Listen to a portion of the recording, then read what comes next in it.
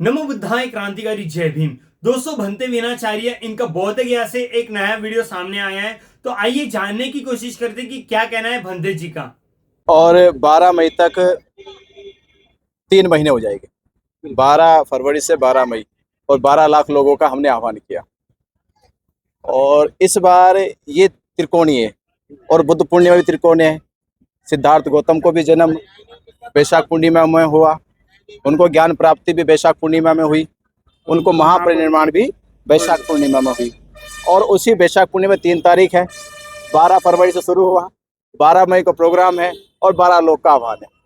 तो लगता है कि ये संयोग जो बना है, इसकी कुछ विचित्र घटना होने वाली है। सरकार के 12 बजे और 12 बजे और सरकार के भी आपने जोड़ दिया, सरकार के 12 बजने वाले हैं। और महाबोधि महाविहार से पंडे पुरोहित छोड़ के भागने वाले हैं। तो हमने कहा कि महाबोधि महाविहार जब बौद्धों का है और बौद्धों की विरासत पे, संस्कृति पे, उनकी सभ्यता पर उन पंडे पुरोहितों का कब्जा इसलिए हो गया क्योंकि 1949 में जब ये बीटी एक्ट बनाया गया, तब भारत में बौद्धों को केवल नाम से जाना जाता था, काम से, उनकी पहचान से, उनकी शैलियों से नहीं जाना गया। बाबा साहब डॉक्टर अंबेडकर जी ने जब 14 अक्टूबर 1956 में दीक्षा ली और खुले मंच पे कहा कि मैं बौद्ध धर्म की दीक्षा लेकर बुद्ध की शरण में जा रहा हूँ, और 22 प्रतिज्ञाओं में उन्होंने ये उद्घोष किया कि मैं ब्रह्मा विष्णु महेश की पूजा नहीं करूंगा, राम के नहीं करूंगा, कृष्ण के नहीं करूंगा, ब्राह्मणों से श्राद्ध नहीं कराएंगे। ऐसी तमाम 22 प्रतिज्ञाओं को बाबा साहब डॉक्टर अंबेडकर जी ने 7 लाख लोगों के सामने दोहराया और उस दिन देश में एक इतिहास लिखा गया। उस दिन पता चला कि देश में बौद्धों का जो व्यक्तित्व है, उनकी जो विचारधारा है, जो उनका समर्पण है बुद्ध के प्रति, वो देखने को मिला। वो समर्पण की ताकत क्रमबद्ध चलते चलते आज जब हम 2025 में पहुंचे, तो ये लड़ाई इतनी तीव्र गति से पूरे भारत में फैल गई कि भारत का बच्चा बच्चा कहने लगा है कि महाबोधि हमारा है, पंडे पुरोहितों को बीटी एक्ट को रद्द कराकर, इनको भगाकर ये मुक्त कराना है।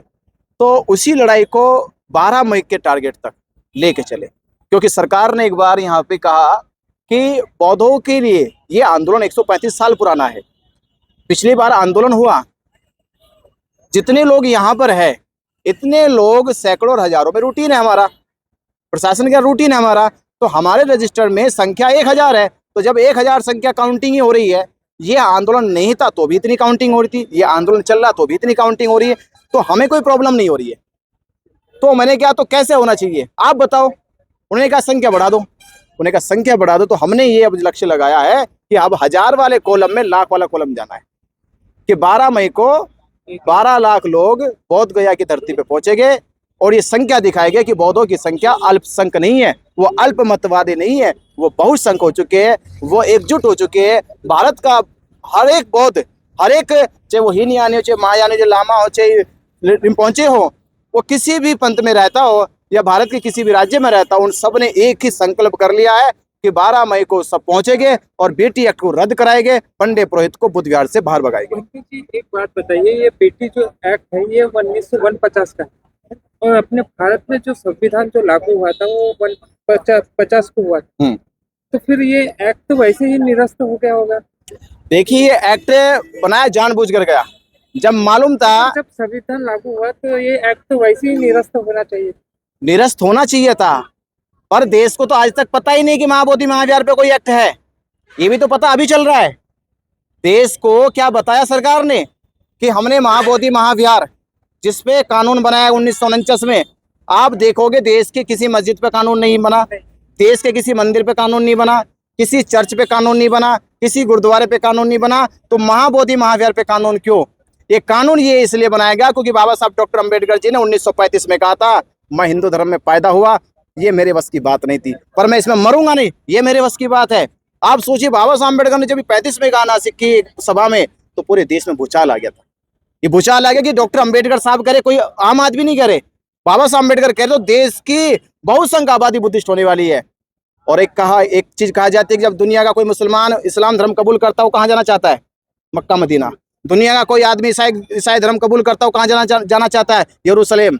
वैसे ही कोई दुनिया का जब कोई बुद्धिस्ट बनेगा तो उसका सपना क्या होगा? महाबोधि महाविहार। तो ब्राह्मणों ने सोचा ये सब घूम के तो वहीं आएंगे। उस समय समाज जागरूक नहीं था, तो इन्होंने ये भी चिंता नहीं करी कि संविधान लिखा जा रहा है, संविधान सभा में संविधान पास होने वाला है। संविधान पास होने से पहले इन लोगों ने 6 जुलाई 1949 में पंडित जवाहरलाल नेहरू और बिहार के राज्यपाल मुख्यमंत्री ने, तीनों लोगों ने मिलकर ये एक्ट बनाया। इस एक्ट में ना तो असेंबली का प्रस्ताव है, ना पार्लियामेंट का प्रस्ताव है, ना जनता का प्रस्ताव है, ना बोर्डों का प्रस्ताव है। ये एक्ट कैसे बनाया गया और एक्ट बन गया। संविधान लागू हो गया 26 जनवरी 1950 को। और संविधान ने कहा कि जो संविधान के अनुच्छेदों की खिलाफत करता है या उसके रूल रेगुलेशन को काउंटर करने की कोशिश करता है, उन एक्ट को निरस्त कर देना चाहिए, रद्द कर देना चाहिए था। तो बाबा साहब अम्बेडकर के संविधान में अनुच्छेद 26 जो बौद्धों के लिए लिखा गया, जैनियों के लिए लिखा गया, सिखों के लिए लिखा गया, उसमें धार्मिक स्वतंत्रता छीनी गई, समानता छीनी गई। इसीलिए बीटी एक्ट को रद्द कर देना चाहिए था, पर वो रद्द नहीं किया गया। इसका अर्थ यह है कि सरकार जानबूझकर महाबोधि महाविहार पर कब्जा करे बैठी है, जो इसका सहारा पंडित पुरोहितों ले रखा है। आंदोलन की अभी क्या तैयारी है 12 मई की? देखिए, तैयारी है, मैंने कल दिखाया आपको, आपके चैनल से हमने दिखाया कि हमारा पूरा पेंडोल की जो रूपरेखा है, क्या क्या तैयारी है, रसोई की तैयारी है, पंडाल करीब हम लोग ने 10,000 की कैपेसिटी का तो बनाना शुरू कर दिया है और लगभग 1 लाख की कैपेसिटी हमारे इस पेंडोल पूरे इसमें आ जाएगी। तो पार्किंग की व्यवस्था हमारे बाईपास पे हो चुकी है। तो धीरे धीरे सारी तैयारियां एकजुट होती जा रही है। और हमने ये भी कहा है कि जितने भी बौद्ध उपासक बाहर से आएंगे, किसी को हम बाहर खाना खाने नहीं देंगे। हम खाने की पूर्ण व्यवस्था यहाँ पे कर रहे हैं, उनकी व्यवस्था की जा रही पूरी तैयारी से। क्या आह्वान करेंगे? आह्वान ये करेंगे, अभी नहीं तो फिर कभी नहीं।